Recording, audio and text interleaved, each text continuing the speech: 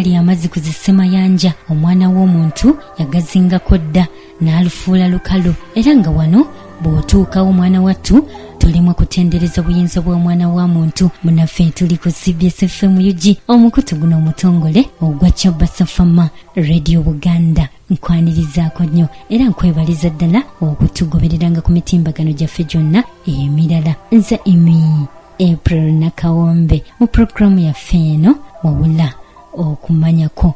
Olubereberye Katonda ng'atonda ensi amazzi gaali gabisse olukalu lwonna, naye Katonda n'agakuŋŋaanya wamu mu kye yatuuma ennyanja, era n'atonda olukalu. Awo nno n'alaba nga birungi, wabula ate mu kaseera kano omwana w'omuntu naye ennyanja agifuula lukalu, ate naye n'alaba nga birungi. Omwana w'omuntu ne Mukama onaawulira. Tuli United Arab Emirates mu kibuga Dubai, era nga twagala tukulaga ekimu ku bizinga ebisinga obunene mu nsi yonna, naye nga kyakolebwa bantu. Jjukira gye buvuddeko nakugamba nti enteekateeka y'omwana w'omuntu okuvuganya Katonda nga ziddala, naye ekyebuuzibwa bigenda kukomawa. Omuntu anaatuuka Katonda n'amuyisa n'okumuyisa, oba Katonda omwana w'omuntu amusizza kasiiso? Bw'anaalaba akamanyiiro k'omuntu nga kasusse anaabirinnyamu eggere, nga bwe yakola ku munaala gw'e Babilooni, n'atabula abantu ennimi abaali baguzimba mbu bamulabe. Kale amaaso ku lutimbe, omwana w'omuntu kaagende mu maaso n'obuyiiya bwe, gye biriggwera Mukama y'amanyi. Ekizinga kye twogerako kiyitibwa Palm Jumeirah, era nga kyazimbibwa ku kikono ekya Arabian Gulf oba kiyite Persian Gulf, nga kino nno kye kiyunga ku Mediterranean Sea. Era nga bw'owulira erinnya ly'ekizinga kino Palm Jumeirah, kyazimbibwa mu ngeri nga bw'olaba omuti n'amatabi g'ekinazi bwe byakula. Newankubadde ng'ekizinga kino kyazimbibwa butereevu ku mazzi, tebaakozesa nkokoto nga bakola omusingi gwakyo okuva wansi mu mazzi, gamba nga seminti, agayinja ag'amaanyi n'ebyuma ebigumu ddala, wabula baakozesa omusenyu ogwaggyibwa wansi mu kikono ekya Persian Gulf ne bagattamu n'olwazi, era bye byakola enkokoto y'ekizinga kino. Kitudde butereevu ku mazzi. Palm Jumeirah kye kizinga kye twogerako, era nga kyatandika okuzimbibwa mu mwaka 2001, kyokka mu mwaka 2004 kyali kigiddwako engalo okumanya ssente weekuba egonzaawo. Wetwogerera agaali amazzi kati lukalu oluwedde emirimu, era ng'ekizinga kino Palm Jumeirah kati kitudde ku lukalu lwa bugazi bwa yiika 308. Ekizinga Palm Jumeirah kituddeko amaduuka, ebizimba abantu mwe basula, zi woteri ez'omulembe, gamba nga woteri ya Atlantis, ng'eno etudde ku bugazi bwa yiika 113. Woteri eno yagulibwawo mu mwaka 2008, era ng'eriko zi restauranti eziri eyo mu 20 n'ebintu eby'omulembe ebirala bingi, naye nga byonna bisangibwa ku kizinga kino ekyatondebwawo omuntu ku mazzi. Mu bufunze ekizinga kino Palm Jumeirah kiwangalirako abantu abali eyo mu mutwalo mulamba, naye abaffe tulowooza nti obuyiiya buno omwana w'omuntu okutonda olukalu ku mazzi kisobola okuyambako okukendeeza ku mujjuzo gw'obungi bw'abantu ku lukalu ogubatuusa n'okutemaŋŋana lwa nkaayana za ttaka. Twandigambye nti kyandiyambako, naye mu ngeri emu oba endala olw'omululu gw'omwana w'omuntu ne bw'amalawo ennyanja ne zissemayanja ng'abifuula lukalu tebisobola kumumala. Ate ekirala, omuntu okufuula ennyanja ne zissemayanja olukalu abeerayo n'obutonde bw'ensi. Wabula ng'oggyeko Palm Jumeirah waliwo ebizinga bingi ebirala e Dubai eno nga byakolebwa bantu, kye twandiyise man-made mu lunnabuddu, ng'ebimu byaggwa dda so nga n'ebirala bigenda mu maaso n'okuzimbibwa.